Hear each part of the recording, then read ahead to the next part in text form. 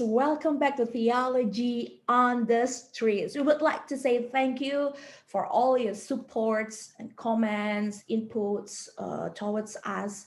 It's really encourages us to do more and better content to bless all of you, brothers and sisters, wherever you are in your marketplace ministry.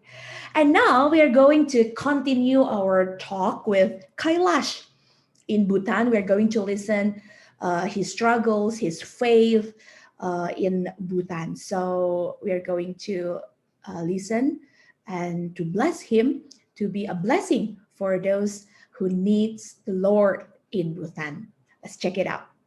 Yeah, yeah, Oh, what an experience. And I think it's, I mean, like, after I heard your story, Kailash, I mean, like, this is a journey, really a journey, yeah, like ups and downs.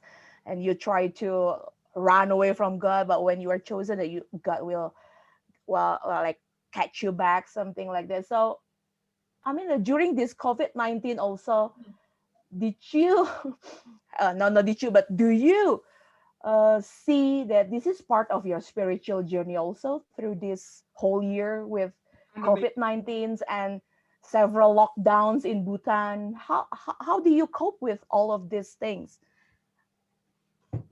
Yeah, I think it's something that has affected all of us. Yeah, I think Yeah, yeah. nobody at this point in this world, the entire more than 7 billion people, there is nobody that's not affected in some ways. Maybe the rich are not affected by the financial problems, but they are affected in some ways. So all of us are affected in some ways, and I think it's also for us it was a journey of faith, mm, because Mm, all these years, you have your business going on, and then yeah. you make money from the business. That's how you run your family. And all these years you have been running your church, you are into ministry, you have been traveling, people get to know you, but suddenly everything stops and nothing happens.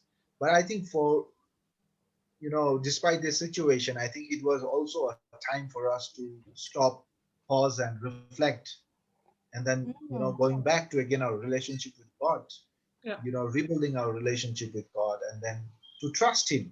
yeah, So without relationship, there is no trust. right. A lot of mm, people have problem indeed. trusting God because they don't have relationship with God. Yeah, So then I Mm, realized that my business was entirely shut because the tourism is totally shut. Nobody was exactly. coming. Yeah. oh, Mm, And I realized that it's not about what you do in your life, it's about who you know. oh, You wow, know. wow, that's And, yeah. powerful. Wow. and totally everything is shut, but my family is still running, we're still surviving, we still have plates on our food, we still are able to live in this house. Amen. God has miraculously provided A through miracle. various sources, different Amen. Yeah, means. And these are Wow. the times I was just reflecting. And a few days ago, I wrote in my Facebook also, as I was reflecting, I was thinking about, sometimes God just wants to stop us, He yeah, just wants to heal us, sometimes He just Yeah. wants to change yeah, us. And many times He does that by shutting everything around us. And this right. Exactly. pandemic and this lockdown, He has done that. We just need to figure out what God is wanting in me. He Yeah, wants to heal me, He wants to change me, yeah, or He wants to build a bigger, greater relationship with me. So yeah, so these are the journeys that I've taken the last 1 year, and God yeah, has Wow. wonderfully spoken to me through His word. His word never fails. yeah. The same God, the same Amen. God that I realized many years ago, today is still alive and still talks to me. Yeah. So nice to time Exactly. that God really stopped us. Yeah. Uh, so, Kailash, how is the situation with related to COVID in Bhutan right now? Hmm. Hmm. Actually, we are still under lockdown Oh yeah, since the same with December us. 20th. This is our second lockdown, and all the rest of the places in Bhutan have opened up except for our city here. So I think our city will Mm, also open up in few days' time.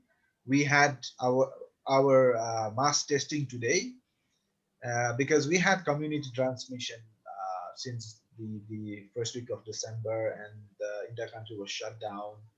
mm, So this was something that had never happened in Bhutan. We did not have community transmission at this rate, but last Wow. December there was so much of community transmission that the entire it's country has yeah, to be family locked down. cluster. Yeah, yeah, Yes. So now Mm, slowly the rest of the cities have come back to their new normal, and we will also be able to come back in few days time. Yeah.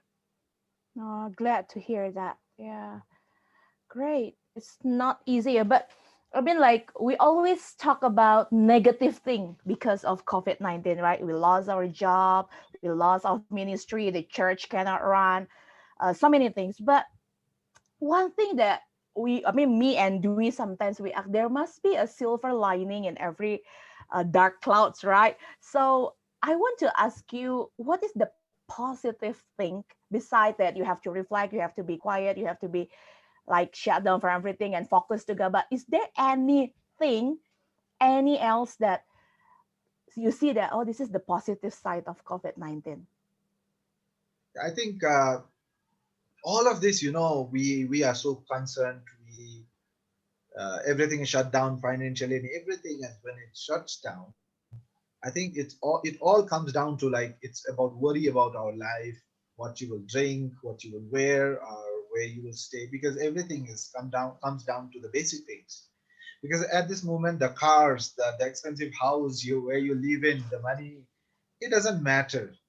What matters is Exactly. the basic thing in life. And when Jesus first came and preached, he said, do not worry about your life, what you will eat or drink, about Yeah. your body or what you will wear. Mm. And one of the most important thing that is told was, is not life more important than food? Yeah. This Mm, life. So And I you think, yeah, you are saying that it is a test for all of us, huh?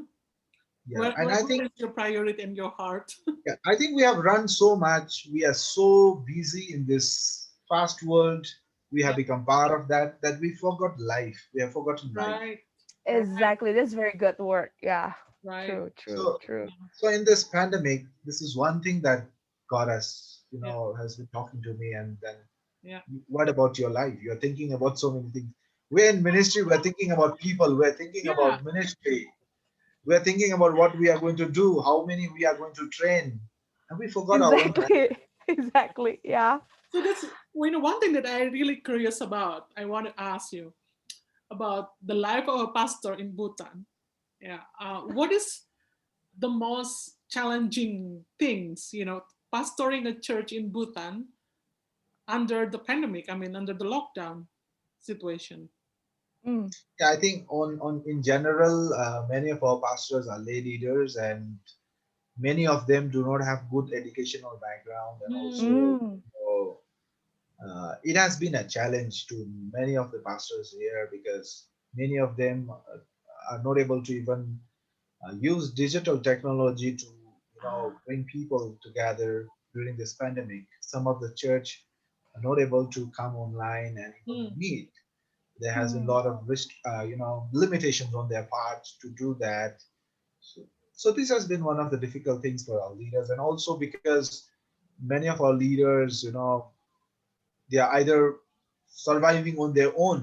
The Yeah. church is not able to support them because it's a small population. The church Yeah. is a very small, church, and because of that, even the leaders are financially also having difficult times. So these are Yeah. some of the issues that the pastors are going through in this pandemic.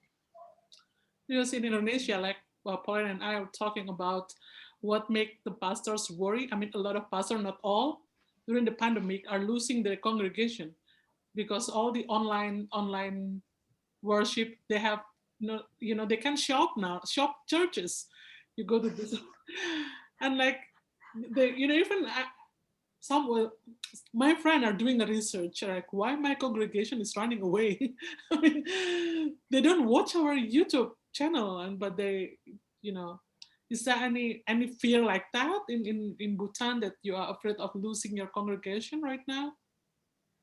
I think I have been talking to a few of the leaders, and few of the leaders have shown concerns regarding this, Hmm. that Mm. some of them are losing their congregation because of this. But personally, for me, that's not an issue. Hmm. Mm. I think that something that I am struggling with. Yeah, I think it's quite different. I mean, like in Bhutan, the Christian community is still small, and maybe the number of church Yeah, is not that many. So maybe their concern is now that they cannot use the technology to meet their congregation. Maybe that's the big issues now, yeah, Kailash. Yes, yeah. yes. But Yeah, as a pastor, what kind of effort that you are doing right now in the lockdown situation to maintain relationship yeah, with the congregations? Like maybe yeah. something To that be we can, you know, to keep in touch with the yes, congregation, isn't it? yeah, yeah, we can use it here. Yeah, Yeah, the first thing that I'm doing is I think everybody has moved to this now on online services. That's one thing Mm. that I have been doing. The other thing we have been doing here is we initially it was just the whole church because although it's a small group of about 25 families, 80 people, but then we realized that we don't know how long this pandemic is going to last, and even if Exactly. even if we right. come out of place, there will still be people who are struggling in many ways. So we divided our congregation into four different care groups, and then our elders will lead over this care group. So then Oh, these elders will now have certain people under them. They can directly connect to them, talk to yeah, them, yeah, and then the believers can share their concern to them. And Wow. then as leaders, we come together quite yeah, often, even though we cannot meet, but on Zoom again, and then share what's going on in different care groups, and then try to help one another. Like some of our believers had difficulty, even getting some of the basic needs, yeah, groceries yeah, done.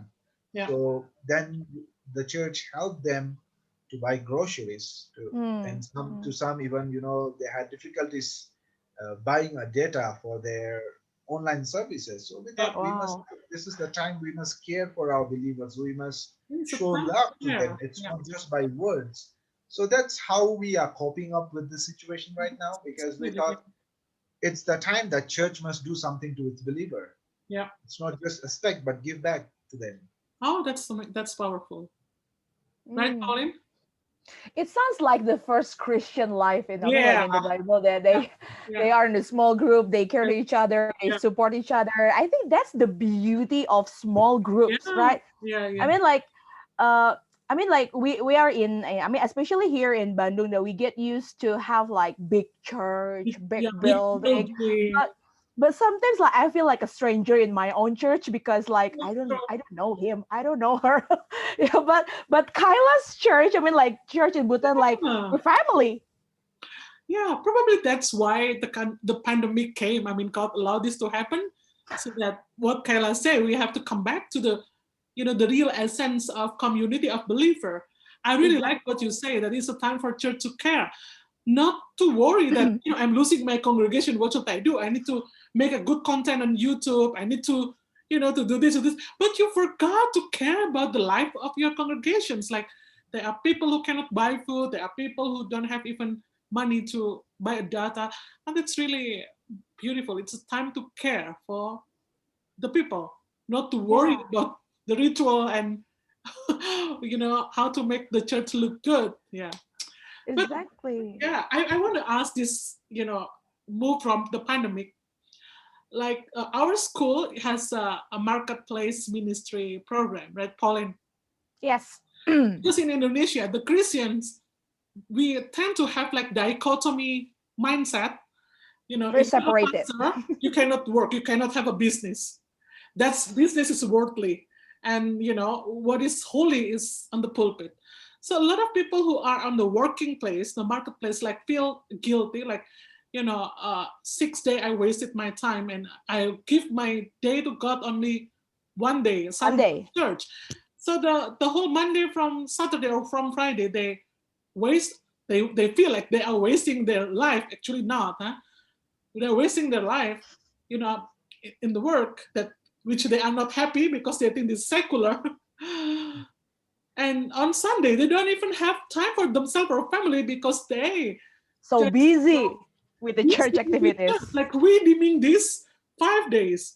But I really like, when I know that you are doing business and you are a pastor, please tell us more about that. What is your view on this? Yeah, I think this is a time that we must realize that we must move from the four walls of our church, because the opportunities, the mission field is not in the church, the mission field is Right. in the marketplace. Right. Yes. And Jesus did not spend most of his time in the synagogue. He went to the marketplace where people were actually, Yeah. dying to Yeah. hear this good news. That was Exactly. where a lot of rebuilding and restoration, healing was needed in the marketplace. Yeah. What I personally feel is, see, I'm a pastor, but I only have 80 people. Yep. On a Sunday morning, I Yep. only get to preach to 80 people.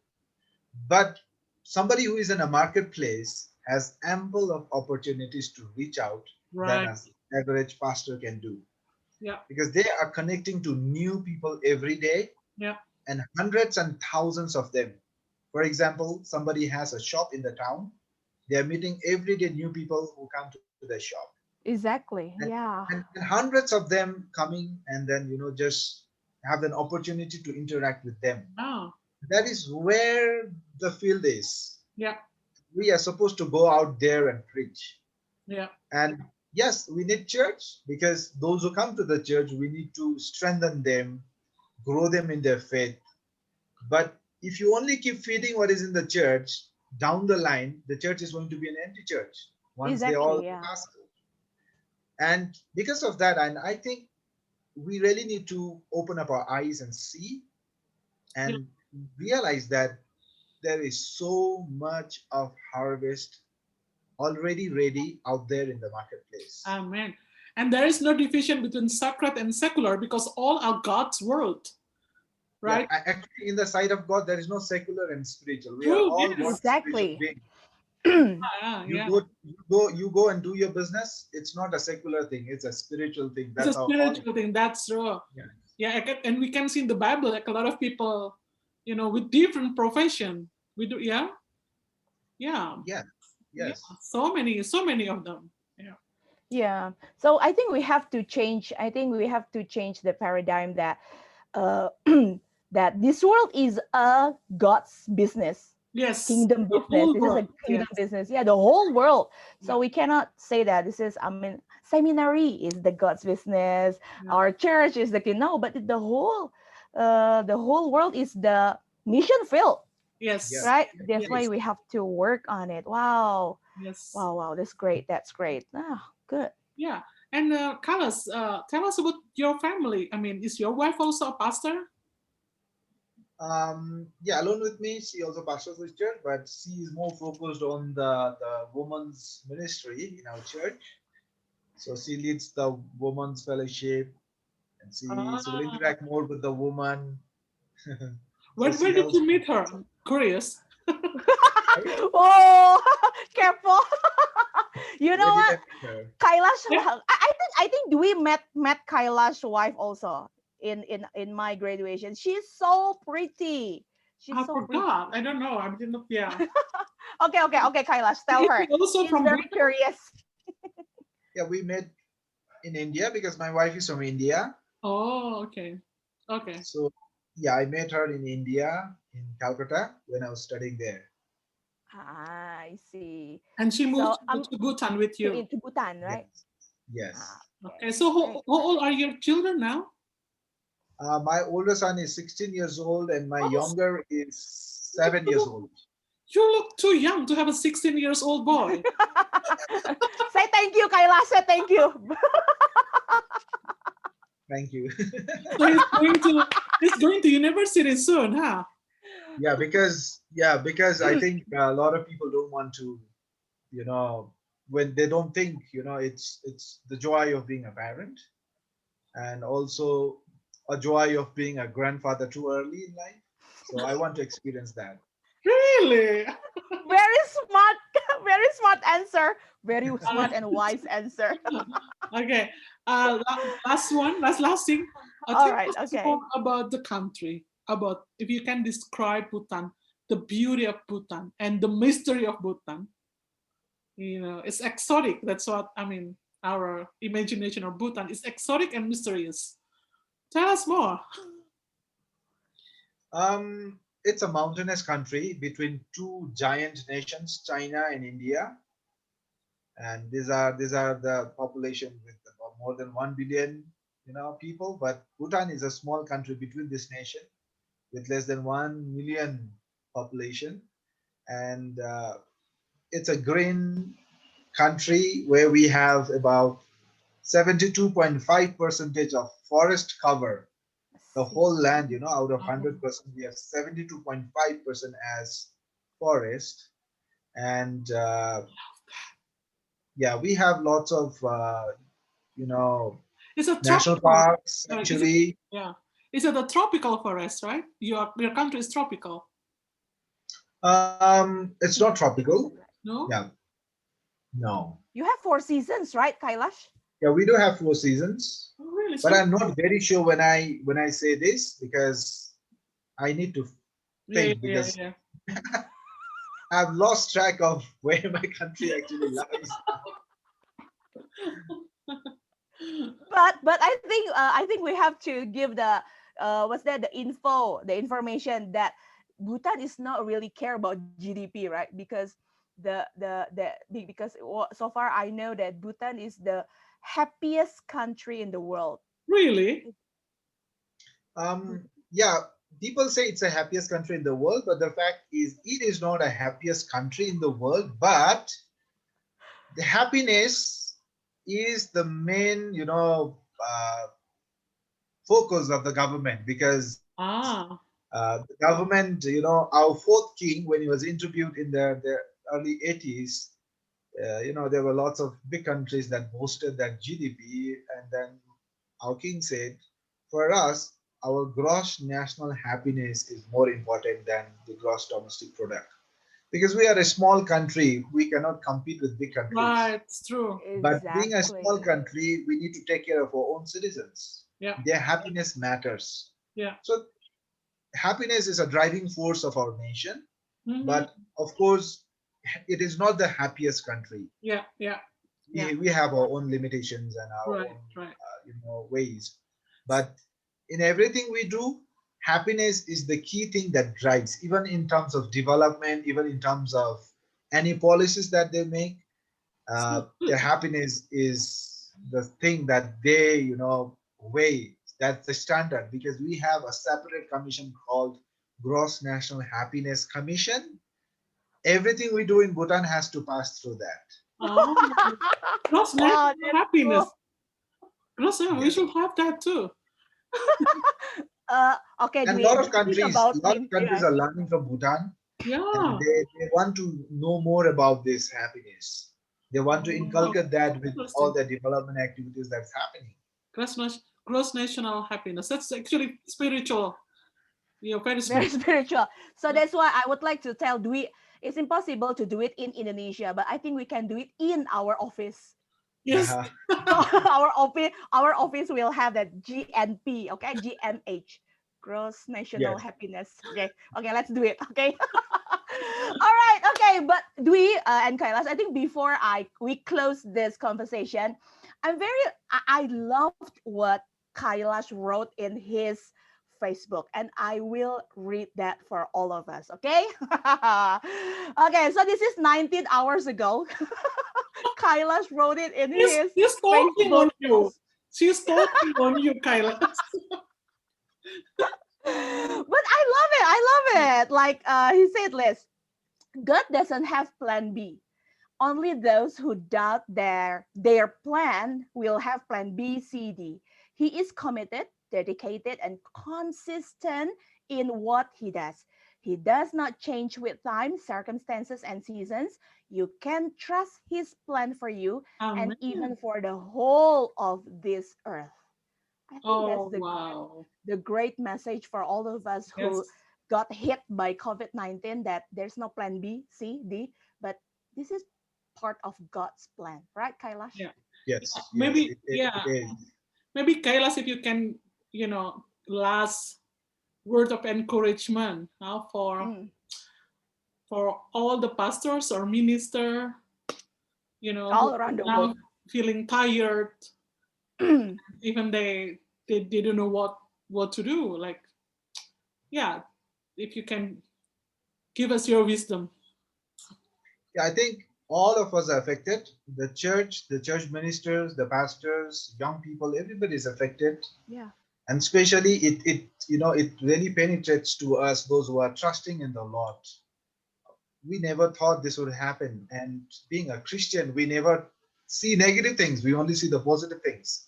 But this has come, it has become a reality. And the thing is not that what is happening right now and then the destruction that it is bringing on everything, on lives, on nations, on economics, even our homes, and even the money in our pockets, in our bank, that is being robbed of, that is being in chaos. The most important at this time is spend time with God, and then to go back, listen to his heart, because God at this moment has not forgotten his promise. Yeah. He has not ceased to be on his throne. He is still on the throne, and he is still in control of this universe. Amen.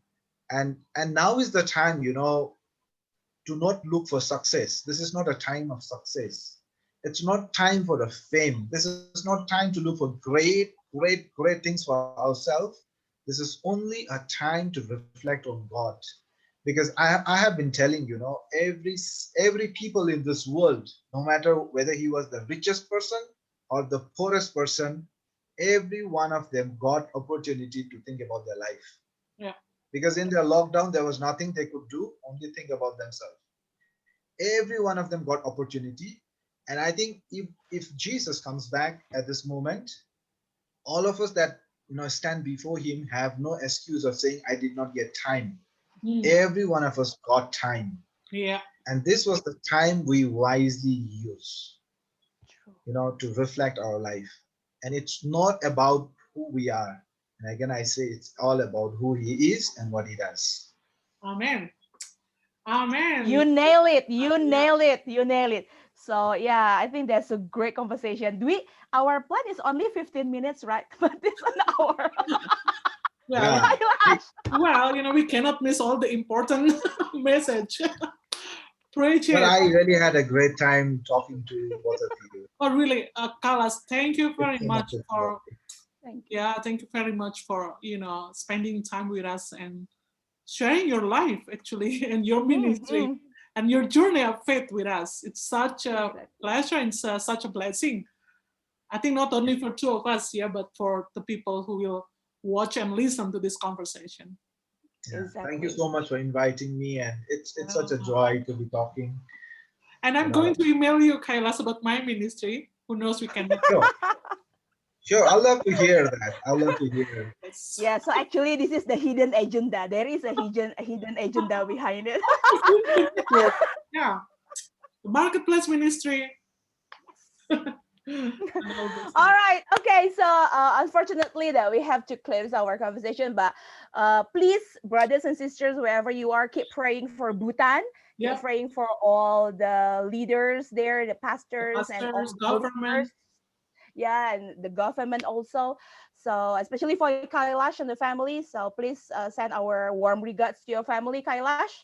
Yeah. So we are Yeah. going to meet again on next episode of Theology on the Street with Different another people brother from different or country. sisters Yeah. from different countries.